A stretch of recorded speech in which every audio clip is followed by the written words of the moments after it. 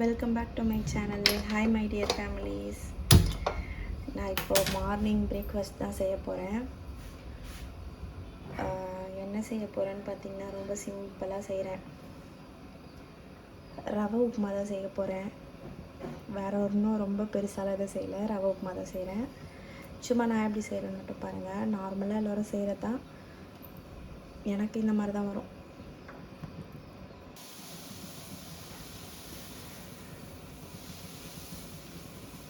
எண்ணெய் சேர்த்துக்கலாம். கொஞ்சமாக எண்ணெய், கடுகு சேர்த்துக்கிறேன்.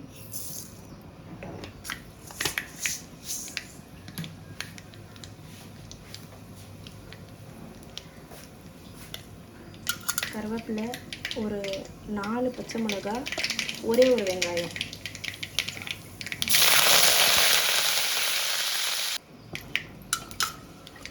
பச்சை மிளகாய்,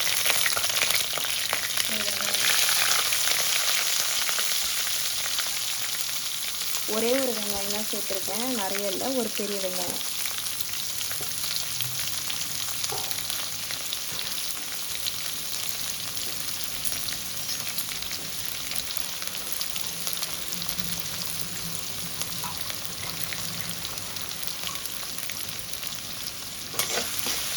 ஹை ஃப்ளேமில் வச்சு நல்லா வதக்கிக்கலாம்.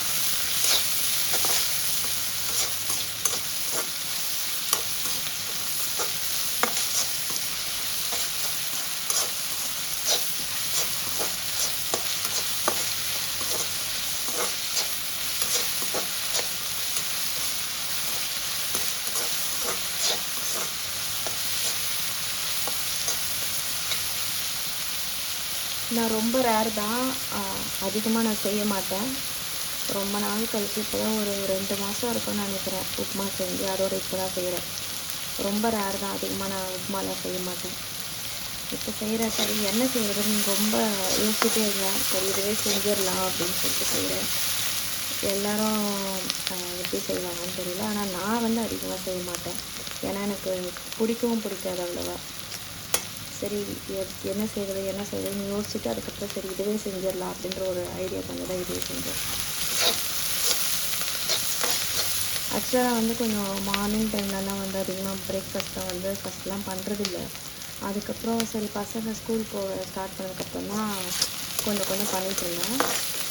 ரொம்ப ரேர் தான். மார்னிங் பிரேக்ஃபாஸ்ட்லாம் கிடையாது. அவனுங்களுக்கு வந்து மில்க் ஷேக்கு அந்த மாதிரி ஏதாவது ஒன்று செஞ்சு கொடுத்துட்ருப்பேன். டிஃபன் அந்த மாதிரி எதுவுமே செஞ்சதில்லை. லைக் பூரி அது இது அந்த மாதிரிலாம் காலையில் செஞ்சு கொடுத்ததில்லை. மோஸ்ட்டாக மில்க் ஷேக்கு, ப்ரெட் ஆம்லேட்டு அந்த மாதிரி ஏதாவது கொஞ்சம் பன் பட்டர் ஜாம் அந்த மாதிரி ஏதாவது கொடுத்துருக்கேன். இப்போ தான் வந்து இந்த மாதிரிலாம் செஞ்சிட்ருக்கேன்.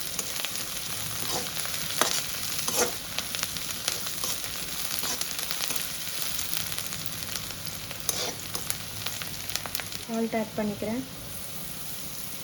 இப்போ என்ன பண்ணேன்னா மஞ்சத்தூள் எடுத்துகிட்டு வந்துட்டேன். இதில் போடலாம், மஞ்சத்தூள் போடலான்ட்டு. அப்புறமா யோசிக்கிறேன், இதில் மஞ்சத்தூள் போடுவாங்களா போட மாட்டாங்களா, ஒரு வேளை போட மாட்டாங்க போல் அப்படின்னு சொல்லிட்டு மறுபடியும் யோசிச்சுட்டு அதை எடுத்துகிட்டு போய் வச்சுட்டு வரேன். பாருங்கள் அப்போ எந்த லெவலில் நான் இதை செஞ்சிட்ருக்கேன்னு. இப்போ தண்ணி வந்து ஆட் பண்ணிக்கலாம். தண்ணி நான் இந்த சொம்பு ஃபுல்லாக எடுத்திருக்கேன். இதை அப்படியே ஊற்றிக்கிறேன்.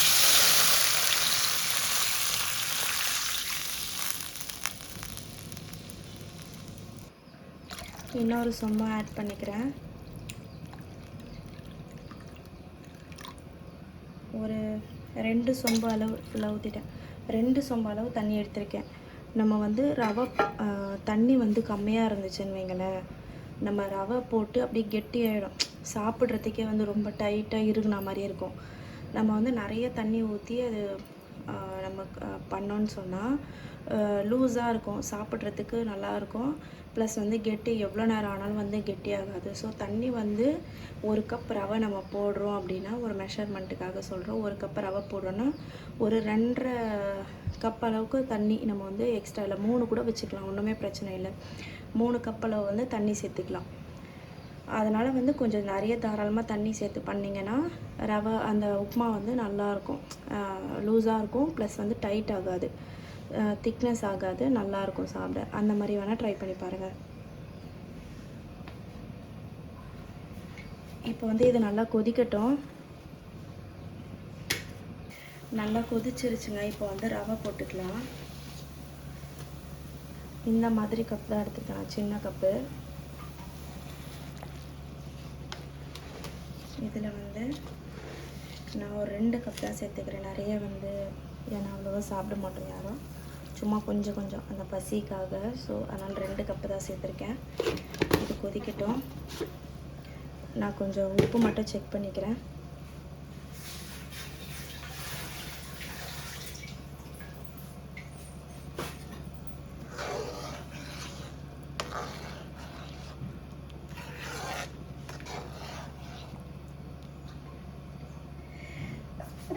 அல்ஹம்துலில்லாஹ்.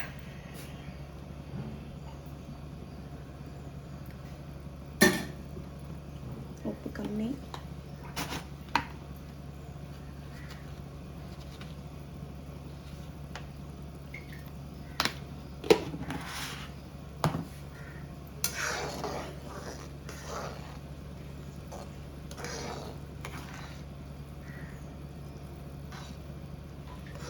இந்த மாதிரி தாங்க இருக்கணும். நமக்கு வந்து அந்த தண்ணி நிறையா இருந்தால் தான் இது டக்குன்னு வெந்துடும். நம்ம கொஞ்சம் அந்த தண்ணி ட்ரை ஆகும்போது, தண்ணி கொஞ்சம் இருக்கும்போதே ஆஃப் பண்ணிடலாம். ஏன்னா வந்து அப்போ கரெக்டான ஒரு இதில் இருக்கும். அது தண்ணி லைட்டாக கொஞ்சம் ட்ரை ஆகும்போது வந்து கொஞ்சம் இருக்கும்போது வந்து ஆஃப் பண்ணிவிடுங்க. அப்போ தான் வந்து நமக்கு அந்த அது கெட்டி ஆகாமையும் இருக்கும், அந்த சாப்பிட்றதுக்கும் நல்லாயிருக்கும்.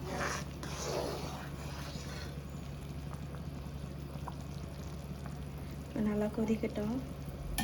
சீக்கிரம் ரவை வந்து வெந்துடும். ஸோ அதனால் லேட் ஆகாது. அவ்வளோதான், போதும். நல்லா கொதிச்சு மேலெலாம் படுது. ஸோ அதனால் வந்து நான் ஆஃப் பண்ணிட்டேன். இதில் வந்து நான் ஒரு 2 பொருள் போட சுத்தமாக மறந்துட்டேங்க. கடலைப்பருப்பு ப்ளஸ் வந்து உளுத்தம்பருப்பு, அது போடணும். எனக்கு வந்து கவனமே இல்லை, சுத்தமாக மறந்துடுச்சு. நீங்கள் வந்து செய்யும்போது வந்து ஆட் பண்ணிக்கோங்க. ஒன்றும் பிரச்சனை இல்லை, அது சாப்பிடும்போது கொஞ்சம் நல்லாயிருக்கும். மற்றபடி வேறு எதுவும் இல்லை. உப்புமா தானே, பிரச்சனை இல்லை, பார்த்துக்கலாம். அவ்வளோதான். இப்போ வந்து நம்ம இதை ஆஃப் பண்ணிடலாம். இந்த மாதிரி ஒரு டெக்ஸ்சரில் இருக்கணும். பாருங்கள், தண்ணியாக இருக்கா? இந்த மாதிரி தான் இருக்கணும். இந்த மாதிரி இருக்கும்போதே வந்து ஆஃப் பண்ணிவிடுங்க. அப்போ தான் நமக்கு கொஞ்சம் நேரம் கழித்து சாப்பிடும்போது நல்லாயிருக்கும். ஓகே, நான் இப்போ வந்து ஆஃப் பண்ணிடுறேன். கொஞ்சம் நேரம் கழித்து நான் வந்து மறுபடியும் இதை காட்டுறேன், எப்படி இருக்குதுன்னு சொல்லி பாருங்கள். கெட்டி ஆகாமல் தான் இருக்கும், ரொம்ப டைட் இருக்காது.